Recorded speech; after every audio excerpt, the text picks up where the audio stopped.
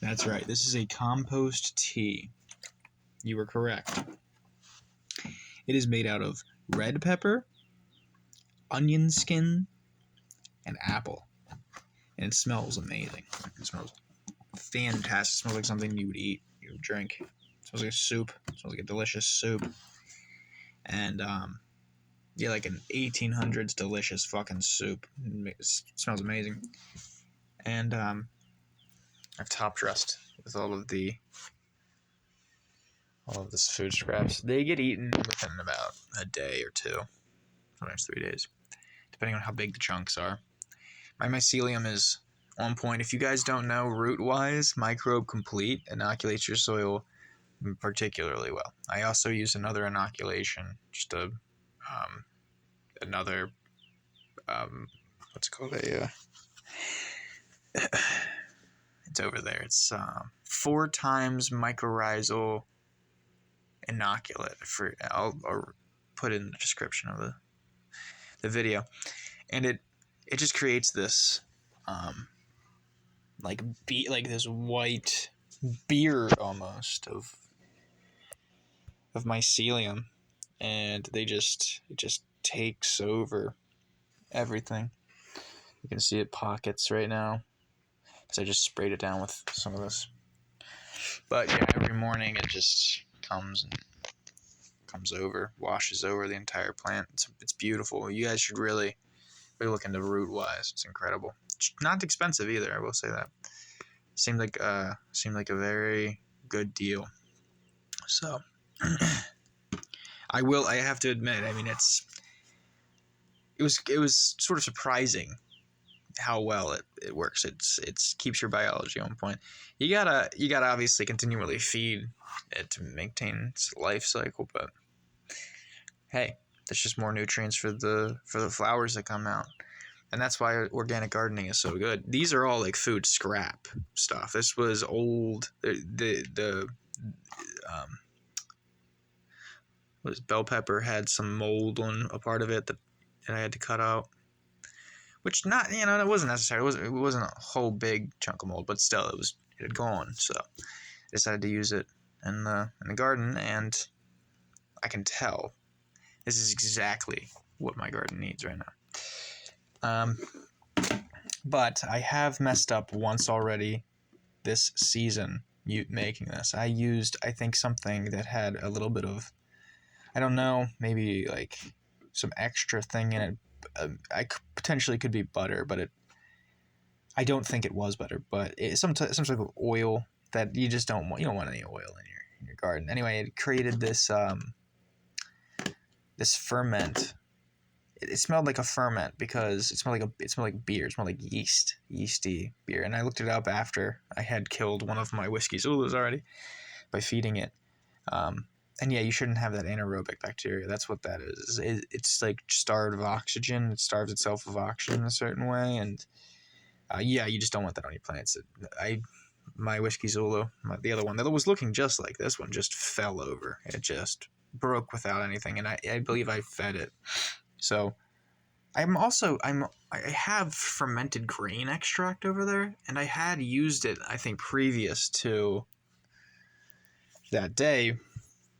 So I was expecting that that fermentation smell came from the fermented plant extract, but I was wrong. I think it came from not cleaning out a receptacle I used to heat up the water to then steep the ingredients of the previous compost tea. And yeah, you gotta be weird. You gotta be very wary of every smell that comes out. If this doesn't smell right to you, just don't use it. It's gotta smell right. This, I mean, it doesn't have to smell delicious like this does. This smells absolutely fucking delicious.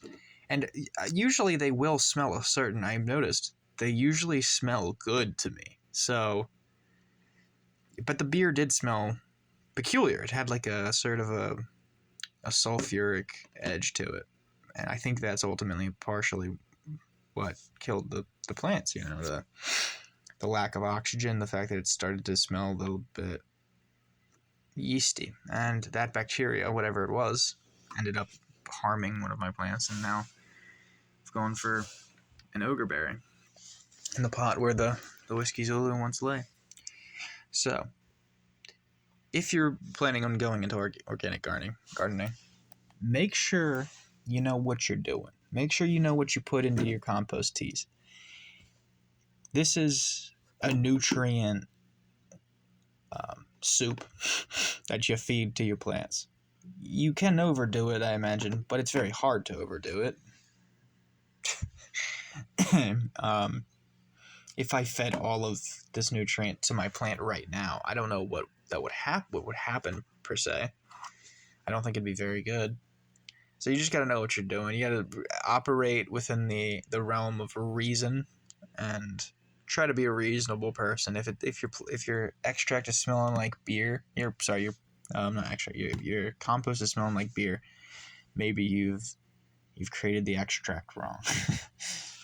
And created the compost wrong, not the extract wrong. Created the compost wrong.